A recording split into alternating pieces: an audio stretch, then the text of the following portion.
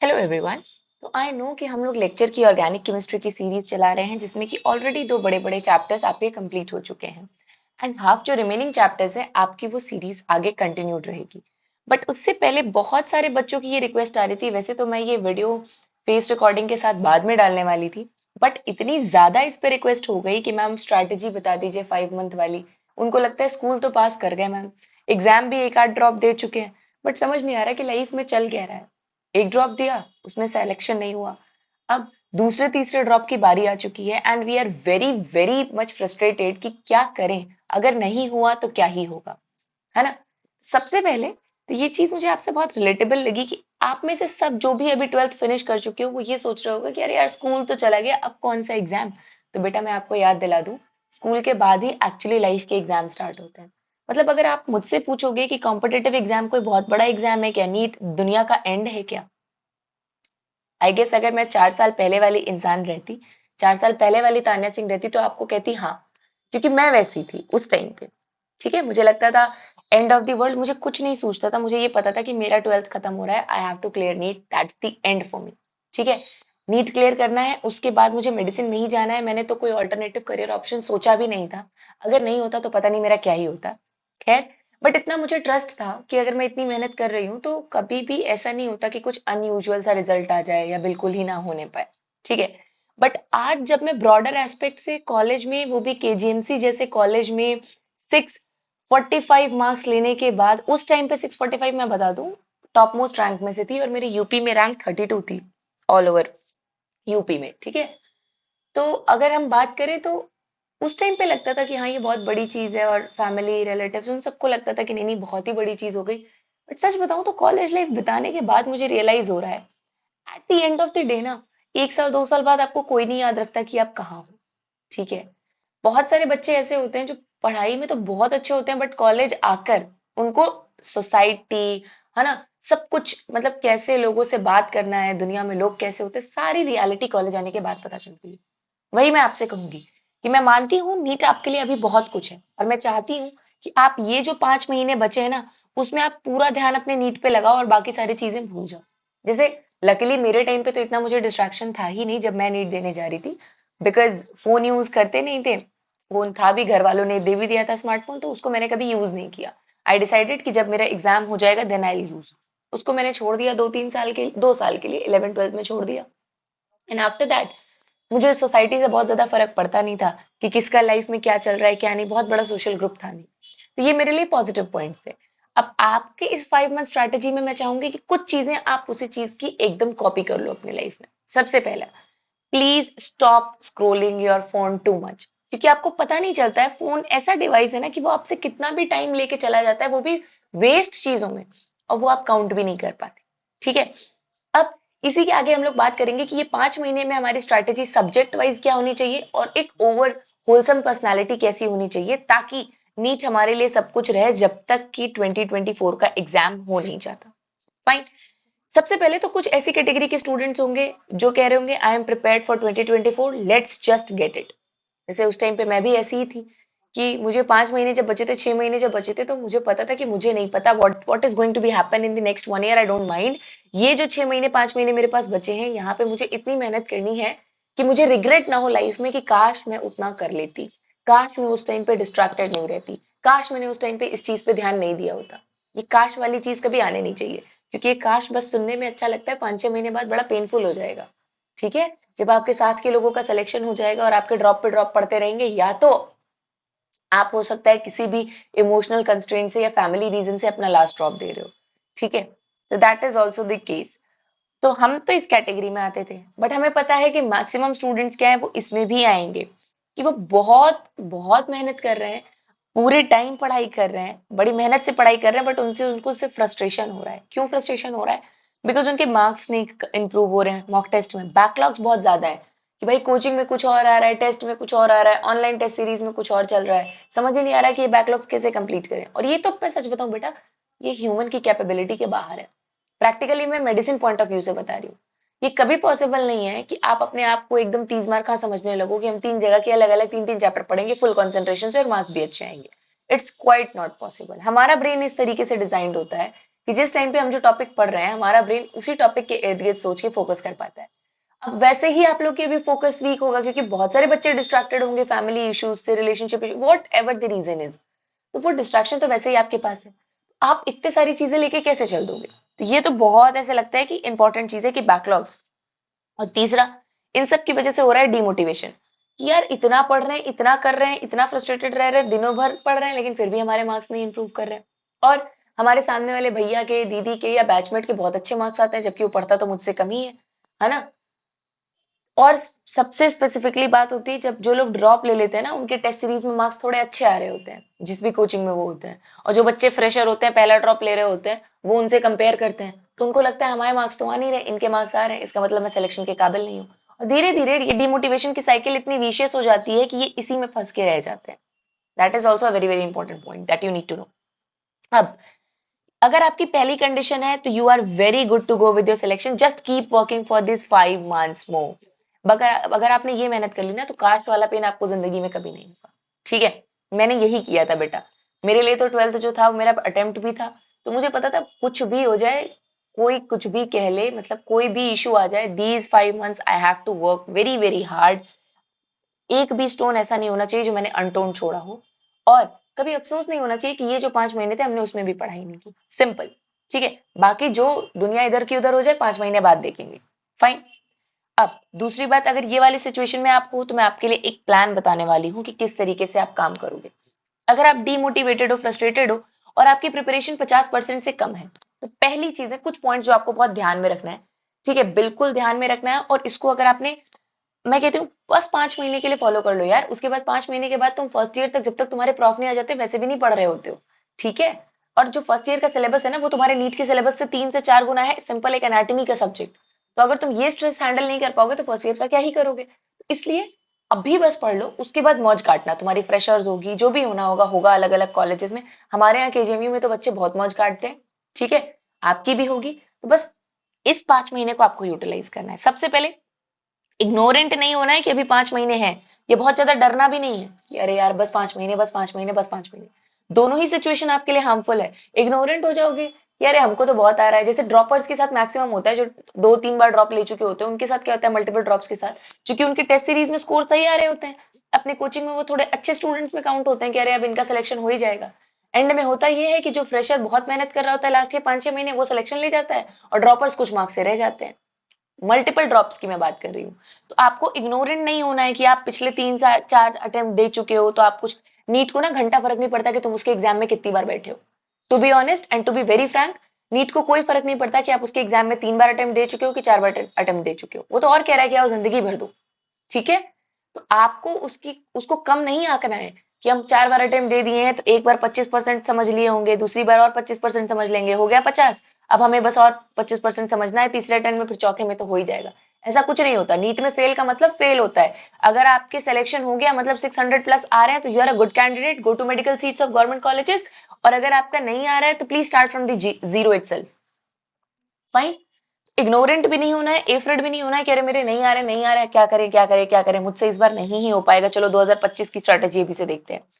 ये सब नहीं करना है। ठीक है, पहली बात तो ये। दूसरी बात, स्टॉप स्क्रोलिंग योर फोन बार बार कि लास्ट 2 महीने में जीरो से हीरो कैसे बने, 650 कैसे है। बेटा मेरे खुद 645 आए थे। ठीक है, और उस टाइम पे ना टॉपर के स्कोर थे 680 685। ठीक है, इसी के अप्रॉक्स में थे। तो मैं आपको बता रही हूँ कि ऐसा कोई चमत्कार नहीं होता। मैं जानती हूँ आजकल यूट्यूब पे बहुत सारे चैनल्स अवेलेबल हैं, and no, actually I am very happy कि इतने चैनल्स अवेलेबल हैं आपको गाइडेंस देने के लिए। बट यूट्यूब इतना फ्लडेड हो चुका है फेक इन्फॉर्मेशन से कि वो कुछ भी इन्फॉर्मेशन देते रहते हैं। ये प्रैक्टिकली ही पॉसिबल नहीं है कि सिर्फ 2 महीने में जिस बच्चे को जीरो आता हो वो नीट का सिलेबस 2 महीने में इतना कवर कर ले कि उसको 650 मार्क्स मिल जाए। This is practically not possible. हो सकता है कि उसने पहले से पढ़ रखा हो, 50% उसकी तैयारी हो, तो रिविजन के बाद उसको 600 मार्क्स तक मिल जाए, उससे ज्यादा उसको नहीं मिल पाएंगे। ठीक है, so that is very very important that you people need to know. अगर आप ये सोच के इग्नोरेंट हो रहे हो कि लास्ट के 2 महीने में स्ट्रैटेजी वीडियो देखेंगे, बस वही टॉपिक्स पढ़ेंगे, तो बेटा ये तुम्हारे स्कूल का बोर्ड नहीं है कि जो तुमने एक टॉपिक पढ़ लिया और उस पर तुम्हें मार्क्स मिल जाए। This is not possible. ये फेक एंटरटेनमेंट और फेक व्यूज के लिए होता है। ठीक है, कि जीरो से आप हीरो बन जाओ। बात समझ में आई? ये वो पैसा डबल करने वाली स्कीम है जहां पे आप पैसा लगाइए और उसके बाद भूल जाइए, पैसा आपका डबल नहीं गायब ही हो जाएगा। Is that okay? तो ये नहीं करना है, अपनी एनर्जी इस पे तो बिल्कुल नहीं वेस्ट करनी है। आप स्ट्रैटेजीज ये देख सकते हैं कि लास्ट 2 महीने में रिवीजन कैसे करें, कैसे ना करें, कौन सी मिस्टेक्स को अवॉइड करें, पेपर कैसे अटेम्प्ट करें, क्योंकि पेपर अटेम्प्ट करना इससे बढ़िया तो आप ये देखो कि पेपर कैसे अटेम्प्ट करना है, बिकॉज वो फाइनली फिर भी आपको बहुत हेल्प करेगा, क्योंकि 3 घंटे में आता सबको सब कुछ है, लेकिन 3 घंटे में आप पेपर कैसे अटेम्प्ट करते हो, आपका कॉन्फिडेंस कैसा रहता है। मैं बता रही हूँ, मैंने पर्सनल एक्सपीरियंस से, मेरे पेपर में ना मुझे 15 मिनट कम मिले थे, मेरा एडमिट कार्ड का इशू हो गया था, तो इन्विजिलेटर वहां के बड़े स्ट्रिक्ट और बड़े खराब खड़ूस से थे, तो उन्होंने माना नहीं, ठीक है, और उन्होंने नीचे गलती से जिन्होंने अपना एडमिट कार्ड साइन करके देते उन्होंने मुझे दूसरे का दे दिया था, but still I manage to clear the NEET with 645 marks and now I am in KGMU almost graduating. और मुझे इतने साल हो चुके हैं कि मैं आपको क्लियरली बता दूं कि यार नीट के एग्जाम के दिन तुम्हारे साथ कुछ बुरा भी हो जाएगा ना, तो वो सिर्फ इसलिए होता है ताकि आपका टेस्ट ले सके कि आपका कितनी प्रिपरेशन है या कितनी मेंटल स्टेबिलिटी है, बात खत्म। ठीक है, तो इस पे तो बिल्कुल नहीं जाना है। रिवीजन बहुत प्रॉपर होना चाहिए और बहुत ज्यादा रिवीजन की जरूरत है, एमसीक्यू प्रैक्टिस की अब जरूरत है, बहुत डीप में थ्योरी पढ़ने की जरूरत आपको नहीं है, डेप्थ नहीं करना है, हमें अब मल्टीपल रिविजन करना है और एमसीक्यू करना है। बहुत सारे बच्चे डेप्थ कवर करने के लिए अभी एचसी वर्मा और ऐसी ऐसी किताबें लगाने लगेंगे फिजिक्स की, उसके एक भी क्वेश्चन नीट में नहीं आने वाले। ठीक है, नीट में वही क्वेश्चन आते हैं जो 1 मिनट में सॉल्व कर पाओ, अगर तुम्हारे पास कैपेबिलिटी है तो प्लीज करो, वरना एचसी वर्मा करके आप बीएससी की तरफ जा सकते हैं, वहां पे आपको इन सब तरीके की चीजें ज्यादा यूजफुल होंगी, या जेई की तरफ जा सकते हैं, वहां पे भी आपको ये सब तरीके की चीजें ज्यादा यूजफुल होंगी, या बायो भी ना बहुत डेप्थ में बॉटनी पढ़ोगे तो बीएससी ही कर पाओगे। मेडिसिन क्रैक करना है, लेना नहीं है, ठीक है, लेने का मतलब होता है कि अरे जो मिल रहा है वो ले लो, बात समझ में आ रही है। अगर आपको ये नहीं करना है please don't do that. BSc बहुत अच्छी फील्ड है, जेई भी बहुत अच्छी फील्ड है, बट वो नीट से बहुत अलग है, तो आपकी प्रिपरेशन नीट के अकॉर्डिंग नहीं होनी चाहिए। ठीक है, अब उसके बाद आते हैं, अबव नीट लेवल में डेप्थ में मत जाइए, क्वेश्चंस बहुत लेंदी मत लगाइए, उतने ही क्वेश्चंस लगाइए जो नीट में पूछे जाते हैं। बहुत सारे बच्चे कहेंगे पैटर्न चेंज हो गया, सिलेबस चेंज हो गया, अफरा तफरी मची है, टॉप सर्चेज में चल रहा है कि एनटीए का बिगेस्ट अपडेट। अरे भैया, उनका बिजनेस बन चुका है, वो जो यूट्यूब चैनल्स आपको बार बार एनटीए ने दी बड़ी खुशखबरी, बच्चों का किया दिल हल्का, ये सब जैसे मैं बोल रही हूँ ना, पैसा डबल करने वाली स्कीम होती है, फालतू की चीजें हैं ये। एनटीए ने आपके सिलेबस में से सिर्फ वो टॉपिक्स हटाए हैं बच्चे जो ऑलरेडी नीट में कम पूछे जाते थे। ठीक है, उससे बहुत बड़ा इंपैक्ट नहीं पड़ेगा, नीट का paper almost on the same level ही बनेगा। बात समझ में आ रही है, थोड़ा बहुत क्वेश्चन में वेरिएशन कर सकते हैं वो, इसलिए आपको प्रीवियस 10 ईयर पेपर जरूर लगाने चाहिए, क्योंकि उससे आपकी, अगर आपको एक तो टॉपिक के हॉटस्पॉट सेगमेंट पता चल जाते हैं कि जो टॉपिक अभी भी बचे हैं आपके चैप्टर्स में, उनके कहाँ कहाँ से कौन से हॉटस्पॉट्स हैं जहां से क्वेश्चन पूछे जाएंगे। दूसरा, टाइम मैनेजमेंट आप बहुत अच्छा सीखते हो, कि आपने 10 पेपर लगा लिए बैठ के 3 घंटे में, तो आपको टाइम मैनेजमेंट आ गया कि किस कैसे कम टाइम में क्वेश्चन को अटेम्प्ट करना है। ठीक है, पेपर एनालिटिक्स आप बहुत अच्छा सीखते हो, that's is very very important point. पांचवी सबसे इंपॉर्टेंट चीज, please stop comparing yourself with droppers और who you are on the same boat. क्या मतलब है इसका? मैं बोल रही हूँ ड्रॉपर्स बिल्कुल क्रैक कर सकते हैं, बट होता क्या है, मैक्सिमम ड्रॉपर्स को मैंने देखा है जो 3-4 ड्रॉप ले चुके होते हैं ना, उनके मन में ऑलरेडी ऐसा होता है कि हम तो बहुत पढ़ चुके हैं। ठीक है, और एक्चुअली उन्होंने पढ़ा भी बहुत होता है, लेकिन दिक्कत ये है कि उन्होंने गलत तरीके से पढ़ा होता है। ठीक है, आपको यहाँ पे अप्रोच ही तो चेंज करनी है, तो प्लीज आप अपने किसी भी कुलीग से या किसी भी आप बैचमेट से या ड्रॉपर से कंपेयर मत करो कि उसके इतने आ रहे हैं मेरे इतने नहीं आ रहे, उसकी ज्यादा आ रहे हैं मेरे कम आ रहे हैं। अभी आप दोनों सेम बोर्ड पे हो, अभी किसी के टेस्ट में रैंक 1 चल रही हो, जरूरी नहीं नीट में रैंक 1 आए। आपका खेल तब तक खत्म नहीं है जब तक कि आपका एग्जाम का लास्ट डेट नहीं आ जाता। बहुत क्लियरली मेरी बात सुन लो, आपका खेल और आपका एग्जाम तब तक नहीं है जब तक आपका लास्ट डे 5 मई नहीं आ जाएगा। 5 मई को पता चल जाएगा कौन कितने पानी में है और कौन कितने पानी में नहीं, किसने कितना पढ़ा है किसने कितना नहीं। तो अभी आप किसी की आईक्यू से, किसी की प्रिपरेशन से खुद को कंपेयर मत करो।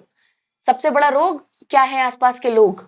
ठीक है, तो प्लीज ये सब मत करिए, छोड़ दीजिए थोड़े टाइम के लिए। अगर कोई अच्छा ला रहा है very good, keep it up, और अगर कोई नहीं ला रहा है तो कंपेयर मत करो, तुम्हारा एग्जाम और तुम्हारा खेल अभी बाकी है। ठीक है, नेक्स्ट, सिंगल सोर्स से नोट्स रिवाइज करने हैं। अभी मार्केट में मैं बता रही हूँ यूट्यूब पे इतना फ्लडेड हो चुका है, इतना फ्लडेड हो चुका है कि आपको लगता है कि मैं एक बार इस वाले कोचिंग से कर लेता हूँ, ए कोचिंग से कर लेता हूँ, बट बी वाली अच्छी बताती, बी से भी कर लेता हूँ, फिर सी वाली अच्छी बताती, सी से भी कर लेता हूँ। मैं कहूंगी सिंपल एनसीईआरटी के नोट्स बनाओ और एनसीईआरटी के नोट्स पढ़ो। ठीक है ना, ए कोचिंग तुम्हें सिलेक्शन देगी, ना बी देगी, ना सी देगी। कोचिंग से किसी का सिलेक्शन नहीं होता। ठीक है, सिलेक्शन बच्चे की खुद की मेहनत से होता है। कोचिंग आपको सिर्फ इतना करती है कि नाम बढ़ाने के लिए आपको टेस्ट सीरीज दे देती है, टाइम टाइम पे मॉड्यूल्स दे देती है। और मुझे सबसे वाहियात लगती है किसी भी टेस्ट सीरीज के, किसी भी कोचिंग के मॉड्यूल्स तो पढ़ने ही नहीं चाहिए। एक एक महीना मैंने बर्बाद कर दिया था मॉड्यूल पढ़ने में, मुझे रियलाइज हुआ कि मैं जितनी मेहनत कर रही हूँ उतने का आउटपुट नहीं आ रहा, बेटर है छोड़ दो। क्योंकि मॉड्यूल इसलिए बनती है ताकि वो मार्केटिंग कर पाए पैन इंडिया लेवल पे, आपके लिए नहीं मॉड्यूल बनाई जाती है, ठीक है? उसी मॉड्यूल से उनके टीचर्स पढ़ा के आपको पढ़ाते हैं। So please leave that. Please एक काम करो, कोई भी कोचिंग इंडस्ट्री के नोट्स के पीछे मत भागो। कोई नोट्स आपको सिलेक्शन की गारंटी नहीं देता, और आप बार बार सोर्स को चेंज करते रहोगे तो एक भी आपको ढंग से याद नहीं होगा। ऐसा कोई भी जहां पे नोट्स मिल जाए एनसीईआरटी बेस्ड, बायो में तो एनसीईआरटी इज द बाइबल, मैं फिर से बोल रही हूँ, मतलब आपके लिए बाइबल, भगवत गीता सब एनसीईआरटी होनी चाहिए, ठीक है? एनसीईआरटी में प्रॉब्लम ये है कि उसमें डेप्थ के लाइन के जो क्वेश्चन पूछे जाते हैं इन बिटवीन दी लाइन, वो आपको समझ में आने चाहिए। उसके लिए हम बायो की सीरीज चला ही रहे हैं जहां पे आप लेक्चर्स देख सकते हो। और यू कैन ट्रस्ट मी, मैंने कोई भी ऐसी एग्जॉटिक चीज नहीं डाली है जो आपका फालतू का टाइम वेस्ट करे। और साथ में हमने सिर्फ एनसीईआरटी और उसके कुछ अबव लेवल के क्वेश्चन जो एम्स में पूछे जाते थे मेरे टाइम में, वो डाल रखे हैं, ठीक है? आप उतना पढ़ के सिलेक्शन ले सकते हो, कोई बड़ी बात नहीं है उसमें, ठीक है? अब इसमें आते हैं मल्टीपल रिविजन। मैंने पहले भी बोला कि 3 से 4 बार रिविजन आपके फाइनल एग्जाम से पहले हो जाना चाहिए। मतलब वो क्वेश्चन पूछे, आपको खटाक से आंसर मुंह जबानी याद होनी चाहिए बायो में, सिंपल। फिजिक्स में कैसे करना है मल्टीपल रिविजन? फिजिक्स में थ्योरी नहीं पढ़नी होती, यही तो गलती करते हैं सब। फिजिक्स में लेने होते हैं फॉर्मूला शीट्स। जैसे मान लो चैप्टर है कैपेसिटेंस, तो उसकी एक शीट बना लो, फॉर्मूला शीट। सिर्फ उसी फॉर्मूला शीट को आप रिवाइज करोगे, ठीक है? और उसके साथ साथ एमसीक्यू प्रैक्टिस करोगे नीट के लिए। नीट के लेवल के जितने ज्यादा कर सकते हो उतने ज्यादा करो। लास्ट 10 ईयर के नीट के क्वेश्चंस निकाल लो और उससे एमसीक्यू प्रैक्टिस करो टॉपिक वाइज। उसके बाद उनके शॉर्ट नोट्स बनाओ। शॉर्ट नोट्स का मतलब होता है कि पूरा, जैसे मान लो इलेक्ट्रोमैग्नेटिज्म का चैप्टर है, वो आपके 2 पन्ने में खत्म हो जाए, 2 A4 शीट में खत्म हो जाए, तो दिस इज शॉर्ट नोट्स। जैसे एक लेक्चर हमने फिजिक्स ट्रिक में आपको एटम्स के कुछ शॉर्ट नोट्स आपको दिखाए होंगे, जिससे मैंने फिजिक्स भी पढ़ी थी, केमिस्ट्री भी पढ़ी थी, और दोनों में मार्क्स अच्छे आते थे। तो ये आपको इस तरीके से शॉर्ट नोट्स बनाने हैं, और ट्रिक्स अप्लाई करना आना चाहिए भैया। फिजिक्स आती सबको है, बट कौन कितना ट्रिक लगा पाता है ये थोड़ा इंपॉर्टेंट हो जाता है, ठीक है? कि कौन कितना जल्दी क्वेश्चन निकाल पाता है। उसकी अप्रोच के भी हमने वीडियोस एक आध डाल रखे हैं, आप उसको जाकर देखना। If you people will request, तो जैसे ऑर्गेनिक केमिस्ट्री की सीरीज चल रही है यहाँ पर, जिसमें मैं अपने नोट्स आपको पढ़ा रही हूँ, जिसमें मैंने एनसीईआरटी और एनसीईआरटी एग्जाम्पलर्स वगैरह कवर कर रखे हैं, वो आप पढ़ सकते हो। वहां के आप नोट्स आराम से पीडीएफ में टेलीग्राम ग्रुप ज्वाइन करके डाउनलोड कर सकते हो, ठीक है? और उसके साथ साथ if you want to connect me personally, आप वहां पे इंस्टाग्राम पे डॉक्टर तानिया सिंह से ज्वाइन कर सकते हो, जो कि आपको चैनल के अबाउट सेक्शंस में मिल जाएंगे, है ना? अब आते हैं केमिस्ट्री की बात करते हैं। केमिस्ट्री की बात, और मैं एक चीज और चाहूंगी कि जितने लेक्चर्स हम ले रहे हैं, please do tell me in the comment section. और अगर आप कमेंट में नहीं करना चाहते, आप टेलीग्राम पे और इंस्टाग्राम पे, कि what if you have any doubt और एनीथिंग यू वांट मी, कि आप इस चीज को मैम एक बार समझा दो या बता दो, कोई टॉपिक भी हो सकता है, प्लीज डू टेल मी। वो टॉपिक हम पढ़ाने की कोशिश जरूर करेंगे, फाइन। अब केमिस्ट्री की बात करते हैं, तो बेटा केमिस्ट्री में 3 चीजें। सबसे पहले ऑर्गेनिक, जो कि अभी हम पढ़ा रहे हैं। ऑर्गेनिक में आपको शॉर्ट नोट्स, जैसे हम आपको शॉर्ट नोट्स बना के दे रहे हैं, हर चैप्टर के अल्कोहल, फिनॉल एंड ईथर के सारे रिएक्शंस एक जगह पे कंबाइंड है, सारी ट्रिक्स एक जगह पे कंबाइंड है। क्विक लेक्चर्स भी है, मतलब एक एक घंटे में, 1.5 घंटे में आप पूरा पूरा चैप्टर खत्म कर सकते हो, और एग्जैक्टली उसी लेवल पे खत्म कर सकते हो जैसे कि आपने कोचिंग में 1 महीने में घिस घिस के पढ़ा है, ठीक है? 1 महीने पढ़ने से उस चैप्टर में इंपॉर्टेंट चीजें बढ़ नहीं जाती हैं। फर्क सिर्फ इतना होता है कि आप कोचिंग रोज जाते हो, रोज आते हो, और 1 घंटे में 40 मिनट की क्लास होती है, बाकी तो हंसी मजाक होता है ना? तो वो सारी चीजें शॉर्ट डाउन करके शॉर्ट लेक्चर्स आपको देखने हैं, ताकि आपका क्विक रिविजन हो पाए। और उसके साथ साथ कुछ एमसीक्यू प्रैक्टिस, जैसे मैं ऑर्गेनिक केमिस्ट्री की जो क्लास ले रही हूँ, उसके एंड में जो ट्रिक्स मैं बता रही हूँ, उसको अप्लाई करना भी सिखा रही हूँ आपको, नीट के पीवाईक्यू निकाल के। सेम उसी तरीके से आपको भी किसी टॉपिक को पढ़ने के बाद पीवाईक्यू लगाने हैं। अगर आपको मेरा असेसमेंट करना है या अपना असेसमेंट करना है कि आपको कितना समझ में आ रहा है, तो आप एक काम करो, जाओ ऑर्गेनिक केमिस्ट्री की प्लेलिस्ट पे, वहां पे आप एक चैप्टर देखो, और उसके बाद उसके एमसीक्यू मैंने साथ में प्रैक्टिस कराए कुछ कुछ। सेम उसी टाइम पे पढ़ने के बाद आप जाओ अपने नीट के पीवाईक्यू में, और जो मैंने पढ़ा है उस चैप्टर के एमसीक्यू लगा कर देखो। अगर वो आपसे निकल रहे हैं, well and good, you understood the chapter और I made a good work at you, ठीक है? कि आपके दिमाग पे मैंने एक अच्छा इंपैक्ट छोड़ दिया उस चैप्टर को रिलेटेड, ठीक है? अब ट्रिक्स भी आपको वहीं से सीखनी है और जाके उसको अप्लाई करना है क्वेश्चन के फॉर्म में। Inorganic chemistry is totally like biology, कि थ्योरी के शॉर्ट नोट्स बना लो। जब थ्योरी पढ़ो तो मैं तो क्या करती थी यार, शीट्स बना लेती थी सबकी, शॉर्ट शीट्स। क्योंकि मुझे नीट के एग्जाम के 1 हफ्ते पहले सबको रिवाइज करना था, तो 100-200 पन्ने होते थे मुश्किल से, वो आसानी से रिवाइज हो जाते थे। तो वो शीट्स बना लेते थे ताकि हम उसको पढ़ पाए, और ये पूरा एनसीईआरटी बेस्ड ही होना चाहिए, इनऑर्गेनिक एनसीईआरटी से ही आती है, ठीक है? और एमसीक्यू प्रैक्टिस करनी है। फिजिकल इज लाइक फिजिक्स, इसमें तो फॉर्मूला शीट्स बनेंगी, और उसके साथ साथ जितना ज्यादा आप एमसीक्यू प्रैक्टिस कर सको, इसमें आपको बहुत ज्यादा कंसेप्ट की या बहुत ज्यादा आप कह लो थ्योरी की जरूरत नहीं है, ठीक है? Biology, biology is the only की जहां पे आपको मल्टीपल रिवीजन चाहिए एनसीईआरटी के। एनसीईआरटी के कंसेप्ट को बहुत डेप्थ में समझना है, तब आप जोलॉजी के मैकेनिज्म के क्वेश्चंस लगा पाएंगे। एमसीक्यू चाहिए थोड़े बहुत, और लेक्चर्स तो बहुत ज्यादा चाहिए, क्योंकि जितना ज्यादा आप लेक्चर्स देखोगे ना बायो के, और वो भी डिटेल में एक एक टॉपिक के, तो आपको समझ में आएगा। जैसे एरिथ्रोब्लास्टोसिस विटालिस है, नीट 2023 में और 2021 में क्या किया था, उसको घुमा के एक थोड़ा सा क्वेश्चन पूछ दिया था कि मदर नेगेटिव है, फादर पॉजिटिव है, बेबी का ब्लड ग्रुप क्या पॉजिटिव होगा, ये जरूरी ही है। तो आपको पता होना चाहिए कि आरएच एंटीजन डोमिनेंट होता है, तो डोमिनेंट होगा तभी तो एरिथ्रोब्लास्टोसिस फिटालिस हो पाएगा ना। तो इसलिए बच्चे का तो पॉजिटिव होगा ही होगा। तो इस तरीके के क्वेश्चंस उन्होंने घुमा फिरा के पूछे थे। इसके लिए मैं कहूंगी कि आप टॉपिक वाइज, जैसे हमने बच्चों ने रिक्वेस्ट की थी तो कार्डियक साइकिल बता रखा है ना, छोटा सा एक 10 मिनट का वीडियो है उसका, एरिथ्रोब्लास्टोसिस फेटालिस बता रखा है। सेम उसी तरीके से अगर आपको किसी भी टॉपिक में डाउट हो तो आप वो टॉपिक भी हमें मैसेज कर सकते हो, हम उस टॉपिक पे पढ़ाने की आपको कोशिश करेंगे। फाइन। तो इससे क्या होगा कि आप मल्टीपल चीजों को एक ही बार में ग्रास्प कर पाओगे 10-10 20-20 मिनट के शॉर्ट वीडियोस के फॉर्म में। ठीक है, तो ये आपको सब्जेक्ट अप्रोच हमने बता दी। And finally at the end, बच्चे trust the process. Trust the process की ये फेज है, गुजर जाएगा, बस हिम्मत नहीं हारनी है। ये 5 महीने आपको ऐसे करने हैं कि आपको रिग्रेट ना हो कि आप इससे बेटर कुछ कर सकते थे। ठीक है, so trust the process, trust the source. अगर मैं अपने सोर्स से आपको बता रही हूँ तो यू कैन ट्रस्ट मी। ठीक है, एंड ट्रस्ट योर सेल्फ। सबसे important, trust yourself. Please trust yourself, you are capable enough. आपकी भी आईक्यू उतनी है जितनी की सिलेक्टेड कैंडिडेट्स की होती है। आपकी और मेरी आईक्यू में बहुत फर्क नहीं है बच्चे। फर्क सिर्फ इतना है कि हमने बहुत फोकस्ड अप्रोच से एक डायरेक्शन में पढ़ा था, आप मुझसे ज्यादा हो सकता है पढ़ रहे हो लेकिन मल्टीपल डायरेक्शन में। ठीक है, so let's make it happen together in the May 5 on 2024 and make it the best event of your life. Fine. So stay connected, stay tuned. Hope you all the very best. Thank you.